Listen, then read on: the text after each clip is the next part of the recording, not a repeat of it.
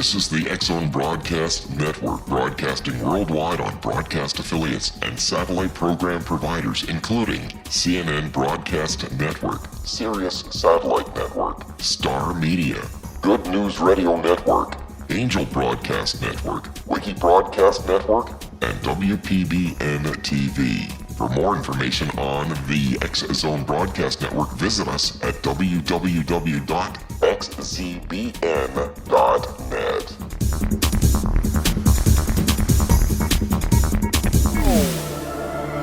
The X-Zone Radio Show with Rob McConnell is largely an opinion talk show. All opinions, comments, or statements of fact expressed by Rob McConnell's guests are strictly their own and are not to be construed as those of the X-Zone Radio Show or endorsed in any manner by Rob McConnell, Relmar McConnell Media Company, the X-Zone Broadcast Network, its affiliated networks, stations, employees, or advertisers.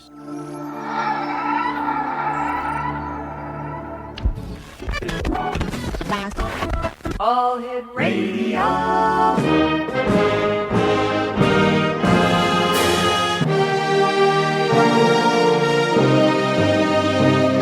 Welcome to the X-Zone, a place where fact is fiction and fiction is reality. Now, here's your host, Rob McConnell.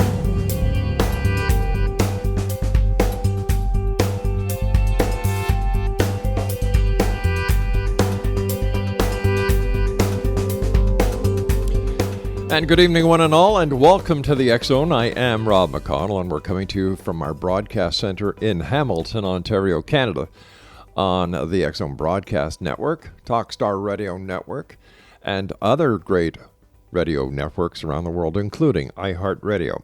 If you'd like to send me an email, xzone at xzoneradiotv.com, and all social media sites, X-Zone Radio TV. And if you'd like to find out about the great programming we have available for you, 7/24/365 on the X-Zone Broadcast Network, just visit www.xzbn.net. We're going to be talking about a book that is coming out, published by the good people at Train Day, Kennedy and Oswald, The Big Picture. And our guest this hour is Judyth Vary Baker. She has degrees in medical and cultural anthropology, English and communications. Baker is an author, artist, futurist, and former cancer researcher whose book, Me and Lee, How I Came to Know, Love, and Lose Lee Harvey Oswald, is an underground bestseller. Judyth's second, David Ferrie, Mafia Pilot, is the only biography ever published about one of the Kennedy assassination's most enigmatic suspects. Joining me now is Judyth Vary Baker. And Judyth, welcome back to the X-Zone. Great talking to you again. It's good to be here. Thank you. All right, Judyth, for our listeners who may not have had the experience or the pleasure of hearing you before, what is your connection with the JFK assassination? Well, I personally knew Lee Oswald. And Lee Oswald was not the person that has been represented in common media. Mm-hmm. He was an entirely different person, and we had a love affair. Of course, that's been hidden, but fortunately for me, a number of witnesses have now come out, especially after the book was published. And recently also more secret files have been released that talk about some events that happened in the book Me and Lee that before that were not documented. Now, you met Lee Harvey Oswald in New Orleans on April 26, 1963, and you claim that this was an event and experience that changed your life. It certainly did. It was, you see, I thought I was in love before I met Lee. Mm-hmm. I fell in love with a man with an IQ of 186, hard to find, mm-hmm. Who shared some of my interests. But I was in love with sex, and I didn't understand the difference. With Lee, it changed everything. The Lee Harvey Oswald that the world knows, thanks to the media, is totally different than the Lee Harvey Oswald that you knew, that you loved, that you spent time with. Tell us about the real Lee Harvey Oswald, the Lee Harvey Oswald that you loved. First of all, if you look at photographs about Lee, you will notice, unless it's one from when he was arrested and all beat up, you'll see that he's always smiling. He has people with him. That's the real Lee was a very friendly Judyth, are you still there? project. Okay. Huh? I'm sorry, we just dropped you there for a second, but you're back. Yeah, it drops every once in a while. I'm sorry, I'm in a location where it does that. I apologize. But anyway, here's the thing about Lee. He could not be his real self working for the FBI and CIA, because when you're working on a project or something, you can't have a friend call up and say, hey, let's go to lunch. You know, he couldn't make extra friends, so he had to be aloof. He had to act like he was unfriendly to get his work done. Now, he was plenty friendly with the people he had to associate with. But so people don't know the real person. So you have one FBI interview after another where they say this person thought he was, you know, he was uncommunicative, he was sullen, he was quiet, he didn't make friends.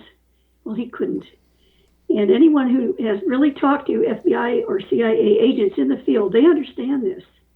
The Lee I knew was a completely different person. In fact, anybody who got to know Lee learned that same thing. Lee was unbelievably thoughtful and considerate, but you would never know it from the various interviews that were done. All right, please stand by, Judyth. You and I have to take our first break. Exonation Judyth Vary Baker is our special guest this hour.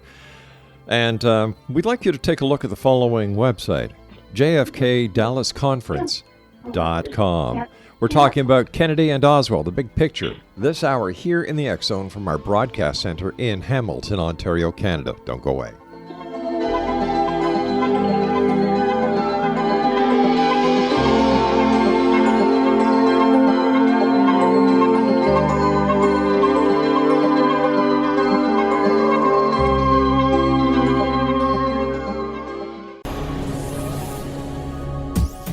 This is the X Zone Broadcast Network, broadcasting worldwide on broadcast affiliates and satellite program providers, including CNN Broadcast Network, Sirius Satellite Network, Star Media, Good News Radio Network, Angel Broadcast Network, Wiki Broadcast Network, and WPBN TV. For more information on the X Zone Broadcast Network, visit us at www.xzbn.net.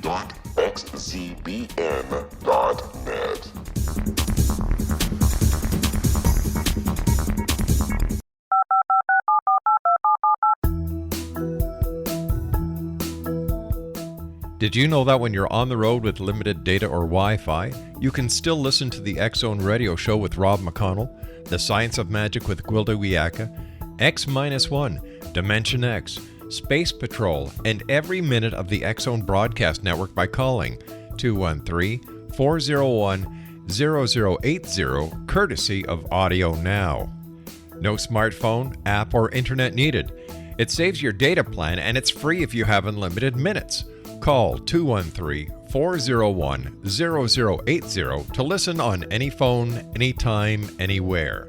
Remember 213-401-0080 for the best of the paranormal, parapsychology, and sci-fi radio programming anywhere, 24/7, 365.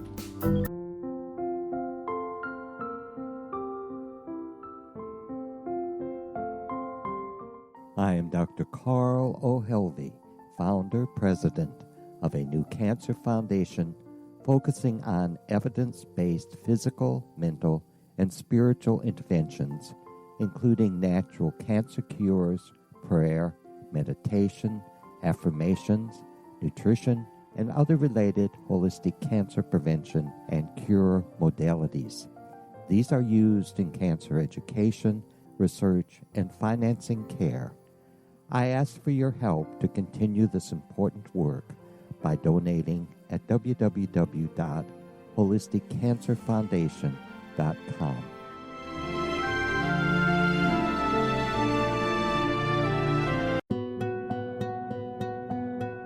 Is it science or is it magic? Once a magical thing has been scientifically proven, is it no longer magic? Or is magic simply the science of tomorrow? Join me, Gwilda Wiyaka, on The Science of Magic, a syndicated radio program dedicated to combining the science and magic of today's dynamic and controversial topics to co-create new solutions. By triangulating information from today's leading experts from the scientific and magical fields, we uncover expansive and evolutionary truths you won't find anywhere else. Join us daily on the X Zone Broadcast Network, xzbn.net, as I interview the share thoughts with the amazing guests from both science and magic. The resulting knowledge is unprecedented. As a gift to you, the listener, past episodes can be accessed on our website free of charge at thescienceofmagic.net.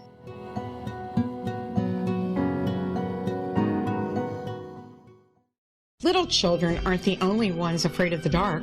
Millions of soldiers return from war zones with PTSD, anger, frustration, fear, and loneliness, much of which surfaces during the darkness of the night.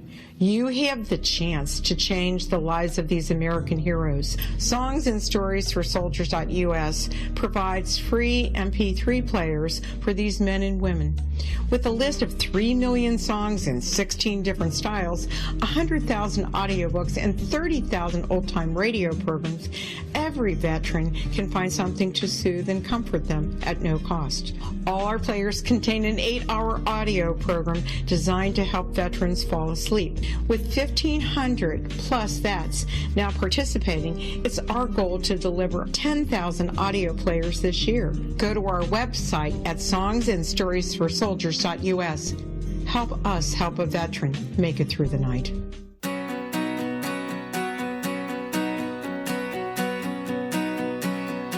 Welcome back, everyone. Judyth Vary Baker is our special guest this hour, along with Edward L. Schwartz.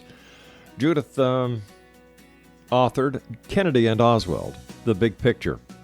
And for more information, we're pointing at you all to visit the website, JFK-DallasConference.com this hour here on the X Zone. And Kennedy and Oswald and The Big Picture is going to be available at Trinday as well as Amazon.com. Now, before we went to the commercial break, Judyth, you said that CIA operatives and FBI field operatives would know what it was like. Are you saying that Lee Harvey Oswald was an FBI or CIA operative? Oh, absolutely. More and more evidence is coming out to support this, thank heaven. Mm-hmm. We have a lot of people who were quashed, who weren't able to speak about this. New files coming out show very interesting problems. For example, the CIA saying, what are we going to do? We have to make sure nobody talks about Lee Oswald. Now, ordinarily, of course, that wouldn't be the case if he weren't an operative, you see. So these new records coming out that were secret are very interesting.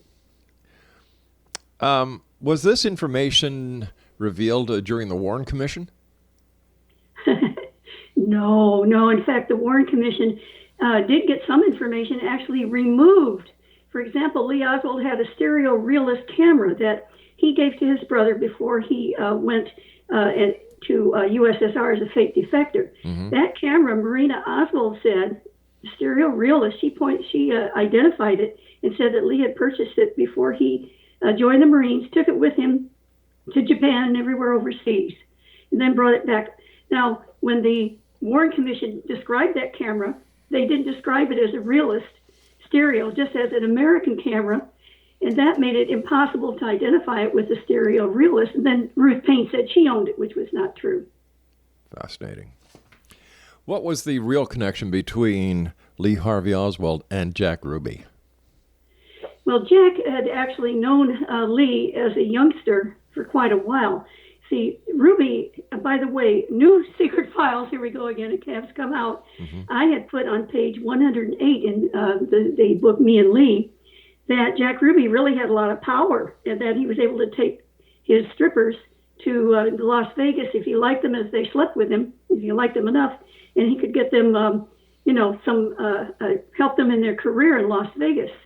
And, of course, I had no evidence except what I, as a witness, had been told. Well, a new file has come out showing that Jack Ruby was that important. He was actually at the Tropicana Motel 8 days before the assassination, and they gave him a Rolls Royce to drive around in, and he registered himself and the strippers, Mr. and Mrs. Rubin. So Yes, he was that important. Now, Jack Ruby was given information about the project because the mafia wanted Castro dead just as the CIA did. And a few years ago, the CIA finally admitted that they had set up arrangements with the mafia to try and kill Castro. So Ruby comes over from Dallas with money, and of course I got to meet him. At that time, I learned that he had known Lee for years because Lee's mother, you see, used to date Carlos Marcello's driver, Sam Termini. And not only that, but Lee's only uncle that meant anything to him, and he spent his early years with him, that was Charles or Deuce Moret, and his wife Lillian, Aunt Lillian. He worked for Carlos Marcello and had been a dock enforcer for him when he got too old for that. He'd been a boxer. He got a cushy job, bookmaking for Carlos Marcello. So Jack Ruby would come to these parties that Marcello held, such as at the, he had a Churchill Farms plantation, we now know was worth over $8 million of land there. Mm-hmm. And they would have these parties where everybody came, just like in The Godfather. You see these big parties and weddings and so on.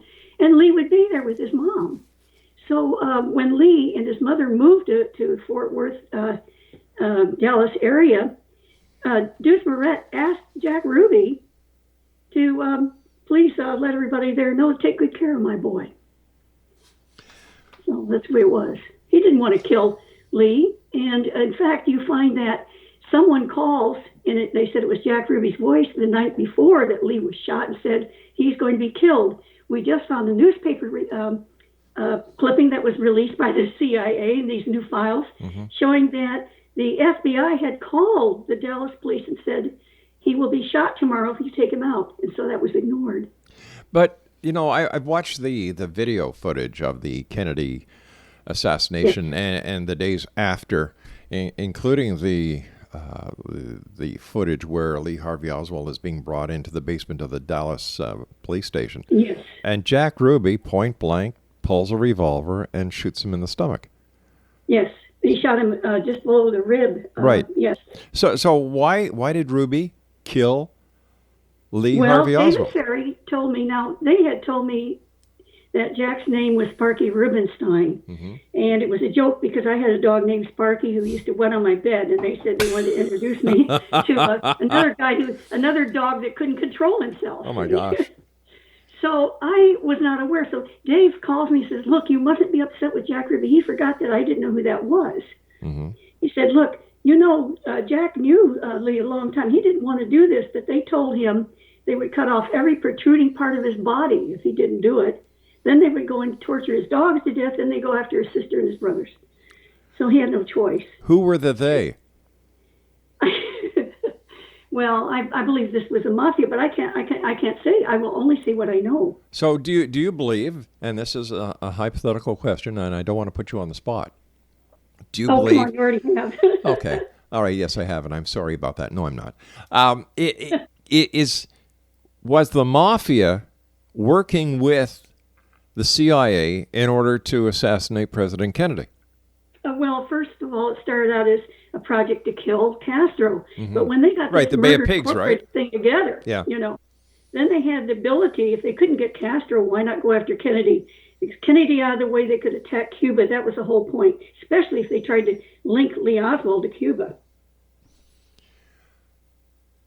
All right, I understand that, but if Lee Harvey Oswald was involved in national intelligence, either with the FBI or with the CIA, the DNA, or any of the other alphabet soup, why wasn't this revealed at the time of his arrest? Why would Lee Harvey Oswald not gone to one of his handlers and have the handler? Well, he actually tried. He made a cutout call. That means that someone who would get in charge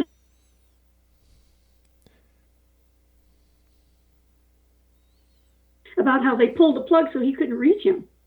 And so Lee had no way to contact someone to help him. But on the other hand, Lee could not tell anybody when he was arrested or to the media, look, I'm CIA, because if he did that, the contacts he had made in USSR who were CIA contacts, Russia would have exterminated them. Do you think that Lee, in the privacy of an interrogation room would have disclosed his connection with the CIA to the Dallas police. Well, here's the problem he had. He couldn't do it to the Dallas police because he knew that the police had been run by, you have to understand, we now have more secret files have come out that show that Charles Cabell, who was the general and in the CIA that Kennedy fired, he hated Kennedy with a passion. You know, his brother was Earl Cabell, mayor of Dallas, who had run the police department prior to being a mayor. On top of that, we now know from these new secret files that Earl Cabell was CIA. Why do you think after all these years, the truth as you purport it to be has not been fully disclosed, and an investigation into the assassination of JFK and those involved, which would include Lee Harvey Oswald, has not been reopened? Well, we have Operation Mockingbird, where you find out that the CIA says we're always going to give the media the wrong information. And then, of course, they infiltrated the media to this. You can really tell who is telling the truth now in media if they say that Lee Oswald killed Kennedy, because it doesn't take more than an hour online to find the right information. If they say that they're a good investigative reporter and then they say Lee Oswald killed Kennedy, you can't trust them. It's a real litmus test. It really is. What was, in your opinion, based on the people you've talked to over the years and your personal knowledge of the events going back to that November, was Lee Harvey Oswald involved in the assassination of President John F. Kennedy? Well, he was, to the extent that he tried to save Kennedy's life. In 1999, near the end of 1999, I met with Jim Mars, and he wrote the afterword in Me and Lee, and he didn't do that without great thought and very much preparation and investigation into who I am, and recommending this book. And I'll tell you why. Because he and I, when we sat together, I was showing him my evidence files. He saw some of the witness statements that people who had known me and Lee had seen us together. Right. But only when I said that Lee had joined an abort team, that man sat up and looked me in the eye and he said, "What?" And he's spoken about this to others, but now he just recently died. But Jim Mars sat up straight and he said, "What? Only one person I know knows about the abort team, and that's me," because he said that Robert Tosh Plumlee had just told him about, I don't know, maybe within a year or so earlier, about the abort team that he flew in to try to stop the Kennedy assassination. I had not known, nobody knew because it hadn't been published. I told him about the fact that Lee told me he joined an abort team and that he was supposed to stay in the Texas School Book Depository, apparently to stop anyone from coming in. So he was basically on the bottom floors and all. He was nowhere up in the front, at the top at the time of the assassination. That has never been proven. And even the chief of police there said, "You cannot put Lee Oswald on the 6th floor. We can't do it." Not with the evidence they have. The point is that Lee Oswald was not able to do much unless he was told what to do by the abort team. I don't know all the circumstances, but I know that he said he had infiltrated this team. Now, I also said in 1999 that Lee had told me he thought he saved Kennedy's life 3 weeks earlier. Now, I spoke to him 37 and a half hours before the assassination. This goes into Wednesday and early Thursday. Now, the assassination occurred on Friday, and Lee is telling me that he has, he doesn't know whether he's going to survive, and that he did say, "Well, I believe I saved Kennedy's life 3 weeks earlier, and they suspect me now. I'm afraid they're going to shoot me. They're going to get rid of me, and maybe they'll even blame me for all of this." But why wouldn't? It was horrible to hear him say these things. But why wouldn't Lee go to the media or go public and say, "Listen"? Wait again. First of all, I've gone to the media, and you think I have been able to? You say, "God, you're listening." Lee Oswald couldn't have done that because it would have exposed so many operations that were going on. As I said, remember, he had come in from the Soviet Union. And if he had used this inside knowledge, he had joined an abort team that was supposed to help him stop the assassination in Dallas. But what happened? 3 weeks earlier. All right. 3 weeks ago. we've got to take our news. Said they got there too late. All right, we've got to take our news break at the bottom of the hour. Please stand by. X Zone Nation, Judyth Vary Baker is our special guest this hour. www.jfk-dallasconference.com. We're talking about the book that she wrote with Edward I. Schwartz, Kennedy and Oswald, The Big Picture. This is the X Zone. I am Rob McConnell. We'll be back on the other side of the news. Don't go away.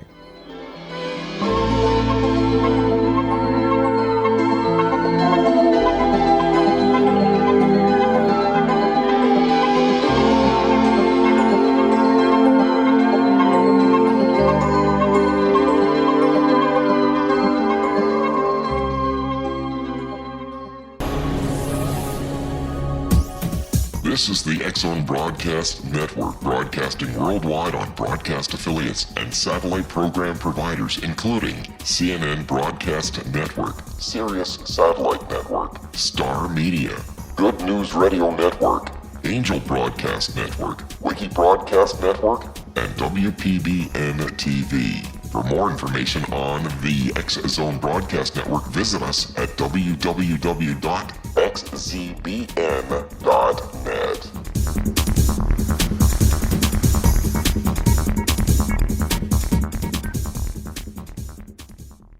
How would you like to be able to read other people's minds? Well, the next best thing is here. When you know how to read a person's name, you know how the person thinks, feels, and behaves. Each letter in our name holds a key to unlock our true essence. Our name contains both our gifts and challenges in this lifetime. Mnemology science discovers personality secrets hidden in the placement of the letters of our names, including the first and last impression people remember about us. Sharon shows us how to interpret the arrangement of letters as outlined in her book, Know the Name, Know the Person. Sharon Lynn Wyeth created mnemology science after 18 years of research and testing her theories, and has supported thousands of people around the world in understanding themselves and others better. You'll enjoy Sharon's unique teachings as she shares her system to learn the gifts behind your given birth name. Even if you don't like your birth name, there are jewels in this book.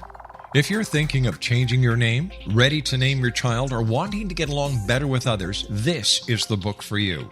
If you'd like to improve your relationships and change your life for the better, get the book today, Know the Name, Know the Person, or visit www.knowthename.com. That's www.knowthename.com.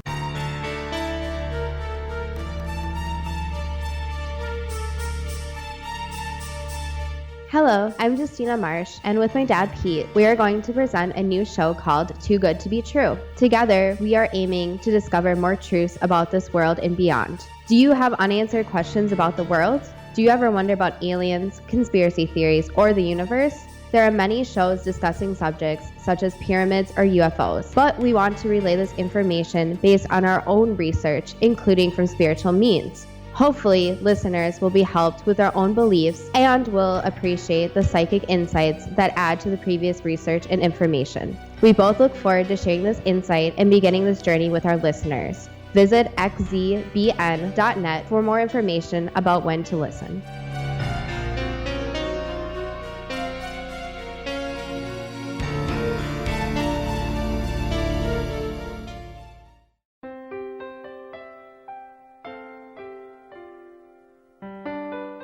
Ancient prophecies, legends, and current events indicate we're entering a high-frequency era supporting enlightenment. During expansive times, old rules fail, necessitating access to the ever-shifting currents of life for guidance. There's an ancient form of shamanism through which we can obtain the information we need. I'm Gwilda Wieka, founder and director of Path Home Shamanic Art School, with a great new provision for those interested in spiritual evolution and personal empowerment. Galactic Shamanism, Art of the Ancients, Key to Tomorrow, is an upcoming series of leading-edge online affordable classes designed to guide and support you and your family during these times of transition. Embrace the magic. Empower your life.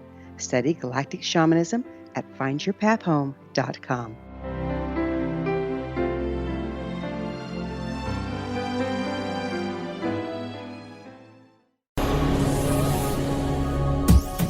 This is the X-Zone Broadcast Network, broadcasting worldwide on broadcast affiliates and satellite program providers, including CNN Broadcast Network, Sirius Satellite Network, Star Media, Good News Radio Network, Angel Broadcast Network, Wiki Broadcast Network, and WPBN TV. For more information on the X-Zone Broadcast Network, visit us at www.xzbn.net.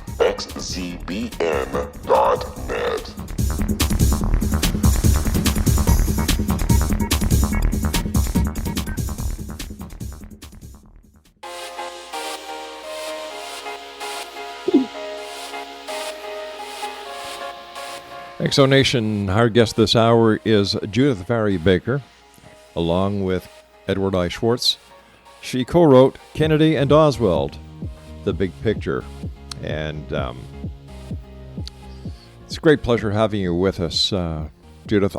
I can't imagine the amount of frustration, anger, disappointment in the system, betrayal that you must have felt way back then and still feel today because of the way that this entire investigation, in your eyes, all these years later, has been conducted, and still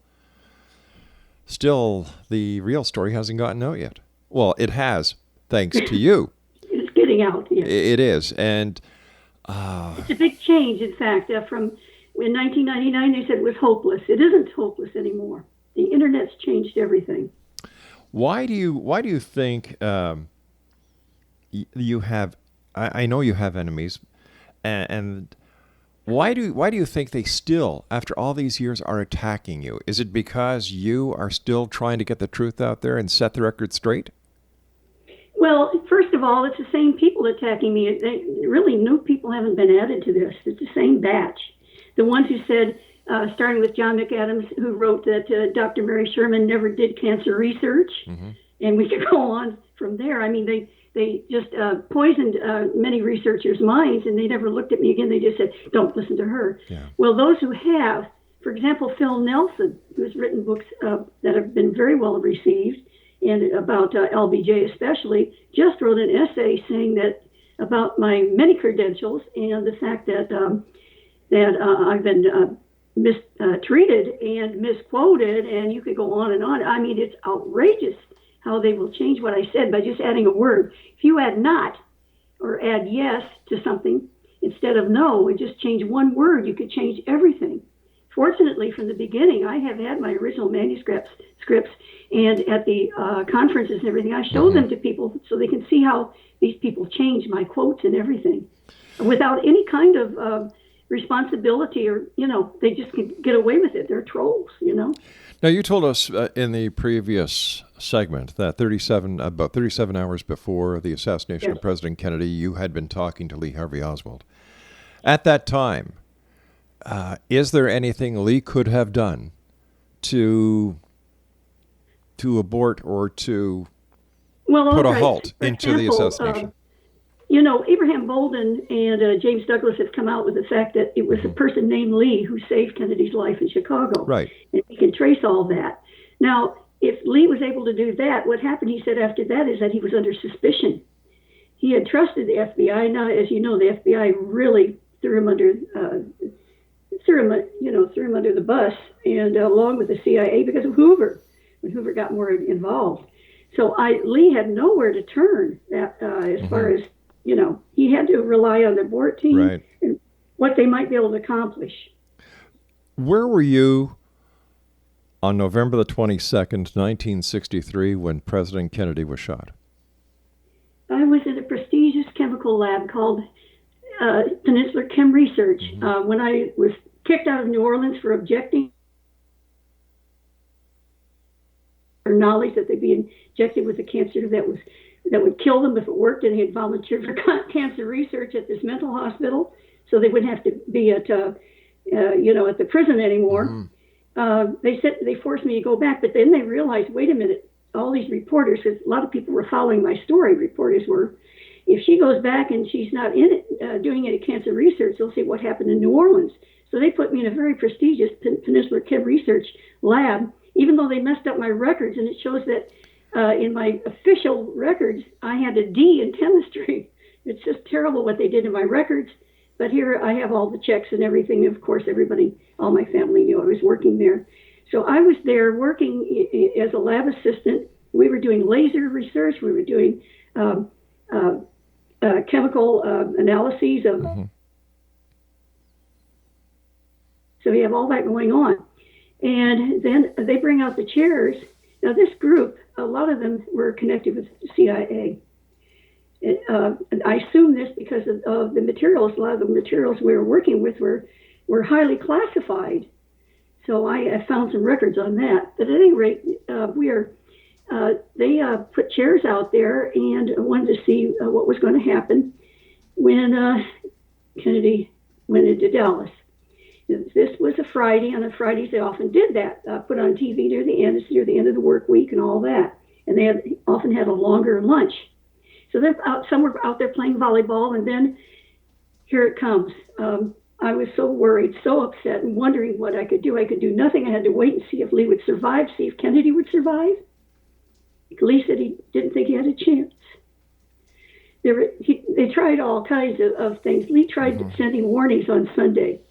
And these have been discredited, and this, it's a mess how they've just destroyed so many of the records. But all right, at any rate, he did what he could. Okay, there's something I don't understand. The United States Secret Service, who is responsible for the protection... Wait a second here. I heard that snicker. Who is responsible for the protection and the safekeeping of the President of the United States and his family, as well as other members of the top government echelon, say that anyone, if they receive any information pertaining to a threat to the President of the United States, they take it very seriously. Of course they did. They had a lot of threats going on. In fact, a bunch of fake threats were thrown in there, and we wonder who did that, so that they would never be able to figure out which ones were very important. Wow. We do know that the military threat was real, and Kennedy was brought in by helicopter. They were afraid to have him in an open car because military said, and this is 18 days before the assassination, okay, that, it was on the 18th, excuse me, not 18 days, it was on the 18th. And we have military saying that Kennedy's going to be shot with a high-powered rifle from an office building. Now, what did the FBI do? They sent that information out to all kinds of places, but not to Dallas. So Dallas Secret Service never got that information. But what about the Secret Service in Washington, where the presidential detail is centered and they changed the detail all around. You can go to Vince Palomaro's book and you'll find out that they put in second echelon and took away the top echelon people, put them on vacation and everything like that. Put a driver who was known to panic when he panicked, which he did when he was with Nixon down in Venezuela. He put his foot on the brake, and Nixon was surrounded by people spitting on the car and trying to bash the windshields in, and that man just sat there. Same thing happened in Dallas when shots ran out. He put his foot on the brake. But what about the story that came out years ago about President Kennedy actually being shot by a weapon that was in a Secret Service vehicle behind him? Well, that story was put up there after that man died. I'm sure you'd be horrified to find out what it is as it came more and more obvious that shots couldn't have come from the 6th floor. Right. Not talking about, and of course, not defending Kennedy properly. This silly story was never, ever authorized or even verified by the Secret Service. This came out independently, and it's another, red herring trail. It just leads you away from what really happened. If this were serious, I mean, everybody would have, at the time, there would have been heads rolling, but that didn't happen. In fact, the people in the Secret Service were actually given awards and citations. And we're talking about people who were drinking at the cellar door, in Fort Worth the night before and didn't even get back until 6 a.m, a couple of them. And that Kennedy and his wife, Jacqueline, were left alone in the hotel with only firemen guarding them as the Secret Service went off and did their own thing. That's on record.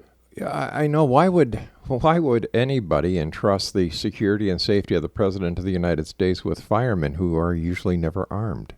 Well, that's what they did, and they laughed about it. So we have people who really hated Kennedy. For example, Abraham Bolden said how many of the Secret Service agents just despised Kennedy because Kennedy put a black Secret Service agent for the first time on the Kennedy detail. When Abraham Bolden tried to say that Kennedy's life was saved by someone named Lee and he'd gotten that information, all of a sudden he gets blackmailed and he was put in prison and then in a mental hospital, and his life was destroyed. Wow. Yeah. You know, by the way, I was not saying anything against firefighters. I have the greatest respect for them. But I just can't, if I would rather see a policeman go into a bank robbery than a fireman, you know what I mean? Right. So there you go. So there was very careless handling of Kennedy. And to give them the attention, and that none of them were fired or anything like that, is really disgusting. The lack, for example, not one of them were standing on the back of that. We had threats in Dallas, serious threats, and they're all on a car in the back. And when Clint Hill tried to jump off, you know that the man in charge of the Secret Service agents told him stop, stay on the car, but he didn't. Wow. Yeah. Unreal. It's real. Let's talk now about the JFK Dallas conference that you're going to be heading up in the very near while. Tell us about it. Why did you start it? When did you start it?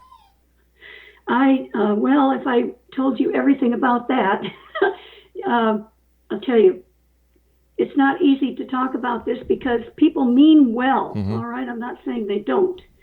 They do mean well, but what happens is when other conferences have been in existence a long time, they lose the vision, I think. Really? We needed new blood. I was not allowed to speak at the Lancer conference because there were people there who from the beginning never met me, never saw my evidence files, never talked to my witnesses, but because I told you about these early things going around, they went on record early on saying, boy, this is ridiculous. She's no good. She's a fraud. She's a fake. And they won't change, they will not say, I made a mistake. Do you know who did say that? No. He said he was really sorry. He wrote a book review. You can see it on the Amazon website for me and Lee. And he said, I was so wrong. I finally read her book, and I apologize because I know now that the things that they were saying about her were untrue. So Vince Palmara, who's written several books about the Secret Service, he is the number one expert. He will tell you that, he gave an honest assessment after he read the book. But these other people have never met me, and they keep hammering this in.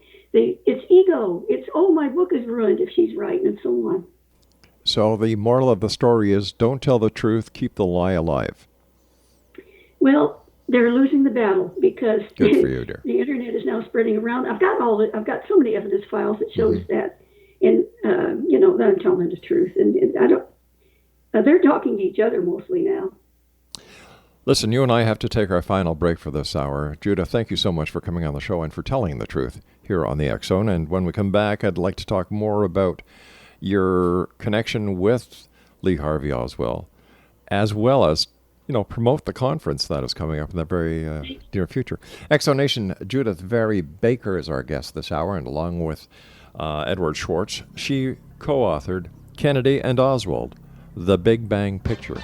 We'll be back on the other side of this break as we wrap up this hour here in the X Zone from our broadcast center in Hamilton, Ontario, Canada. And to all our Canadian listeners, have a happy Thanksgiving weekend.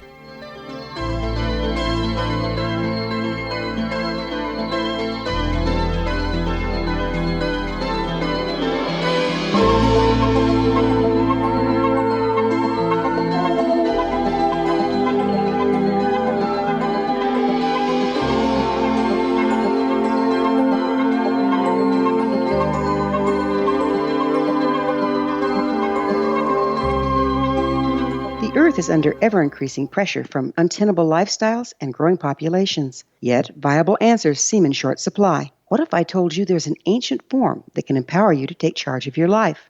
What if your entire family could be enfolded and supported by life itself, Finding Safe Passage Through Challenging Times. I'm Gwilda Wiyaka, founder and director of Path Home Shamanic Art School, with great news. An upcoming series of leading-edge online affordable classes based in an ancient form of shamanism, easily learned and used by your entire family. Galactic Shamanism, Art of the Ancients, Key to Tomorrow are a series of online adult and children's lessons instructing your entire family on natural law, how to cooperate with and be supported by the powers of the universe. Visit findyourpathhome.com to find these unique and powerful classes.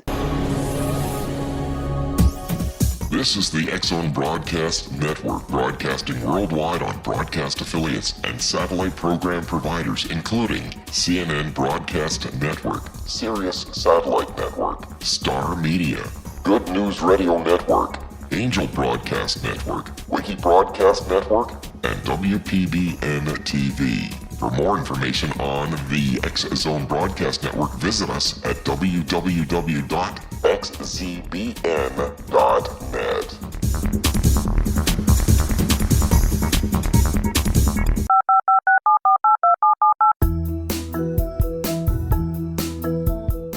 Did you know that when you're on the road with limited data or Wi-Fi, you can still listen to the X-Zone Radio Show with Rob McConnell, The Science of Magic with Gwilda Wiyaka, X-1, Dimension X, Space Patrol, and every minute of the X-Zone Broadcast Network by calling 213-401-0080, courtesy of Audio Now.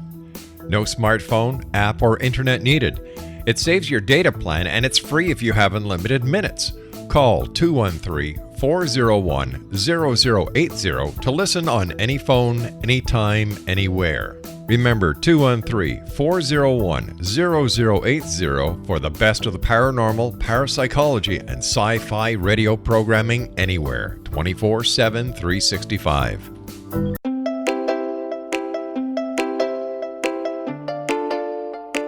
Are you curious? Do you want to learn more about how the world works and have fun at the same time? Study coincidences with me, Dr. Bernie Beitman, MD, on my Connecting with Coincidence radio show, here on the XZBN network. Listen to Jungians theorize, statisticians randomize, true believers evangelize, while I categorize. I dance to the rhythm of coincidences. People who experience me see more of them. Maybe something on the show matches a thought in your mind. Let us know. Expand your mind to the weirdness happening around you. Synchronicity spoken here, there, and everywhere. For more information, put Connecting with Coincidence in your search engine and find my website, my social media sites, and my blog.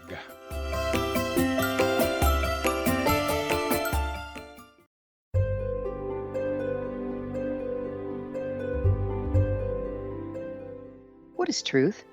Historically, we viewed things as either being true or false. Now, as we enter a more expansive era, we find the question is not, is it true, but rather, how true is it?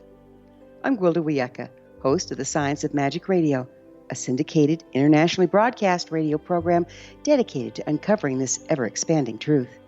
Join me daily on the X-Zone Broadcast Network, xzbn.net, as I interview today's leading experts from the fields of science and magic to uncover the hidden truth between the lines drawn in the sand. What we unearth in our discussions is not only amazing, but totally unprecedented. You won't want to miss a single episode. In service to our listeners, past episodes can always be found on our website with our compliments at thescienceofmagic.net.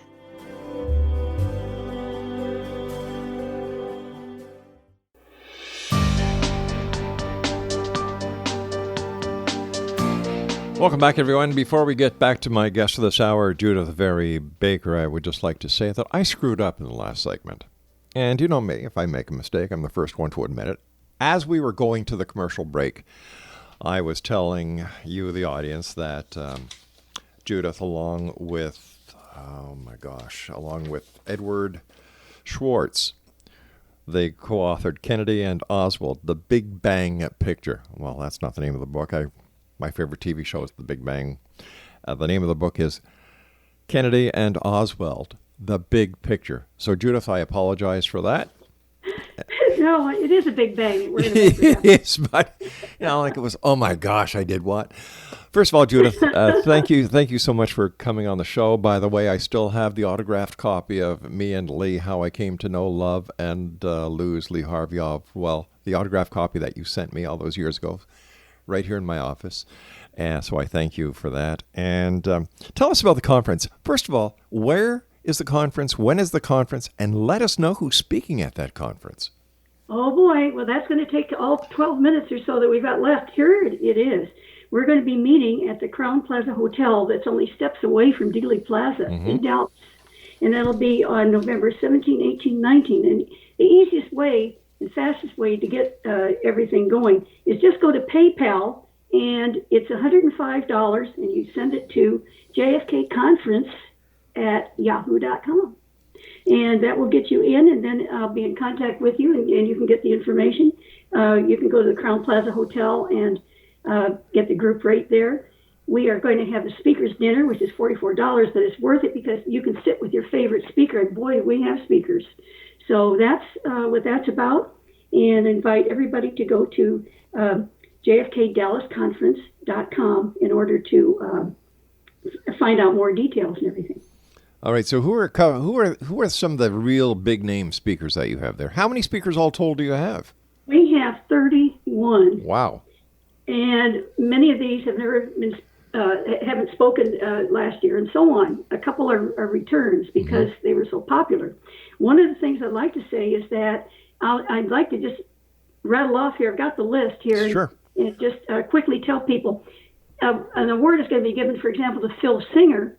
Nobody even knows what he did, but he helped get the HSCA going. He's coming with Hubert Clark and George Bud Barnum, who were the original members of the Kennedy Honor Guard that protected Kennedy's coffin and took it to the funeral. And they have some things to say. Ed Schwartz, of course, will be there, and I will be there speaking. I'm going to be speaking on the treachery of the Paynes, Ruth and Michael Payne. And I'm going to also speak about the new evidence files that have come out that show that my book, Me and Lee, was spot on many things that I couldn't prove before, but have come out now. We're going to have Mary Ann Mormon Kramer speaking. She was a grassy knoll witness. We're going to have Zach Shelton. He is a retired FBI agent. He's an expert on James files and has personally interviewed him many times for years. We're going to have James Dolan. His speech is My Dad, the Notorious Dallas Hoodlum. We're going to have Edgar Tatro. He's from the Men Who Killed Kennedy. He's an expert, and he's the number one expert probably on the Kennedy assassination now alive. We're going to have Phil Nelson. He's going to be talking about LBJ's treachery and how James Earl Ray was made a patsy and other things. We're going to have the American Media, the Second Assassination of John F. Kennedy, the movie by John Barber, and Gary Fandon will be there to help. He's written a book too. On top of that, that's just Friday. On Saturday, we're going to have John B. Wells speaking. We're going to have David Denton of the JFK Historical Society. He's going to be talking about the July batch of released secret records. And Larry Schnapp. Now, Larry is from CAPA, the Citizens Against Political Assassination. They're holding in Houston a mock trial of Lee Harvey Oswald, and he's going to give us the results of that trial, which were just a couple days before, on Thursday and Friday. This is just Saturday. And Randy Benson is going to show us selected film clips from that mock trial and what happened. And then we're going to have Andrew Craig. He is probably the number one journalist in Washington, D.C. that you can trust.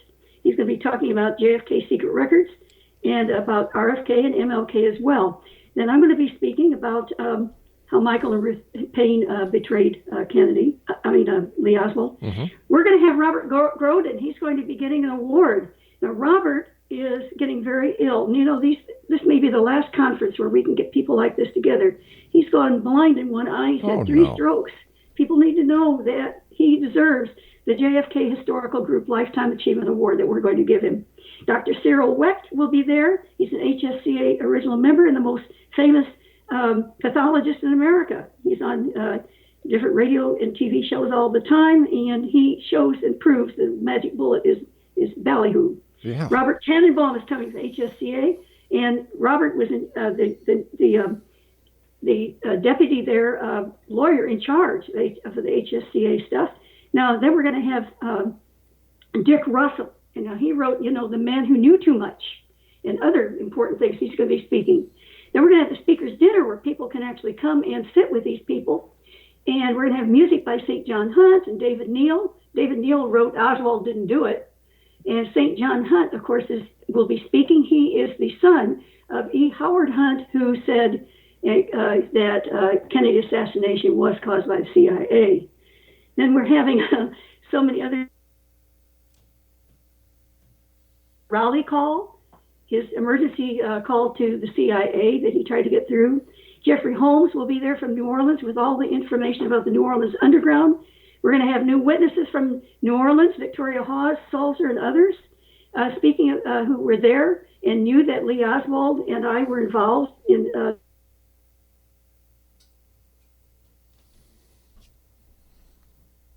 about the suspicious and untimely deaths in the Kennedy and King assassinations, who died, when, and where, and how.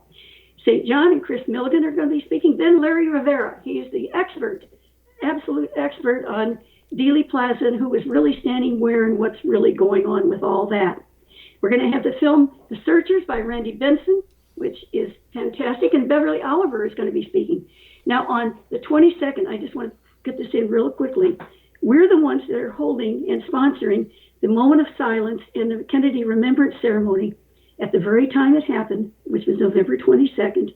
And we're holding the moment of silence, which is 54 seconds this year. And we're going to have a real special, the taps, and we're going to have special music because this is Kennedy's 100th birthday. Yes, that's now, right. others hold a moment of silence on the weekend or here or there when they hold their conference. We're doing it on the correct day at the correct time. And I invite everyone to come. No, it doesn't cost a thing. And we do this to honor JFK. Wow, that is one heck of a lineup. It's actually historic. It really is. I've got about 3 minutes left. The movie JFK with Kevin Costner, what did you think of it? A lot of it was pretty good, despite what you'll see on. People don't realize when you make a movie, you're going to have what's called artistic license. You make it interesting. It's not going to be the Warren Commission. You know, he did a really good job. Well, like David Ferry though was taller and his voice was higher, and his wig was worse. And I could go on and on. Sure, there are problems like that, but this was a movie, and it opened people's eyes, and so much of it was true. So. Wow. What's next for Judyth Vary Baker? What are you going to do next on? Well, I want to write a book about Dan Marvin, Expendable Elite, to show how he tried to defend, and Dennis David, too, who just died. And I want to write this book about them. I want to write also, it's called the Anti-Cancer Cookbook. Too many people are getting cancer. Too many people don't know what to do. One of the things I'll be doing in New Orleans, and I haven't even mentioned that bus tour, but on the 20th and 21st, Friday and Saturday in New Orleans. I'm going to be at the Crown Plaza Hotel there, out at the airport, and hope everybody will come to that, because that's when I'm going to show everybody the evidence files and talk personally to them about all of the things that are missing from the regular files and so on that we have now discovered. If they see the evidence files with their own eyes, I need witnesses. I may not be able to come back to America after this year. I've been harassed by every time I fly, it's getting worse and worse. And this last time, really bad things happened. I can't talk about it because a judge is involved now. Oh my gosh. They really get it. Every time it comes, something awful happens. I may not be able to come back to the United States after this year. Well, you can always come to Canada. Oh, I will. There you I go. will. I mean, it's been wonderful the way people have treated me in Canada. God bless you. Thank you, dear. Quickly, in 1 minute or less, I understand that you've had some ferocious attacks on the internet and Facebook. Attacks? Well, they don't mean a thing. If you go to my Facebook page, Judyth Baker, you're going to find out how many people are so kind and supportive, and they have seen, because I put there day after day, every single day, I put something else up about what has been lied about and so on. They've got the records. I showed the documents, everything. You go there and you're going to learn a lot about the Kennedy assassination. And yes, we could use donations. We could use help. Every cent that comes from sales of me and Lee and so on, every single penny goes to run the conference and to keep me able to come to them. Judyth, we have to say so long for tonight, but I want to thank you once again for joining us. It's been a great pleasure talking to you, and I wish you continued success, and I believe one day you will get the truth out there. Oh, we will. We will. God, give me the chance to keep talking, that's all. Judyth, take care of yourself. And Exo Nation, if you'd like further information about the conference, www.jfkdallasconference.com. That's www.jfkdallasconference.com. I'll be back on the other side of the news at 6.5 minutes past the top of the hour as we continue here in the X Zone with yours truly, Rob McConnell, from our broadcast center in beautiful Hamilton, Ontario, Canada. And you're listening to us around the world on the X Zone Broadcast Network and iHeartRadio.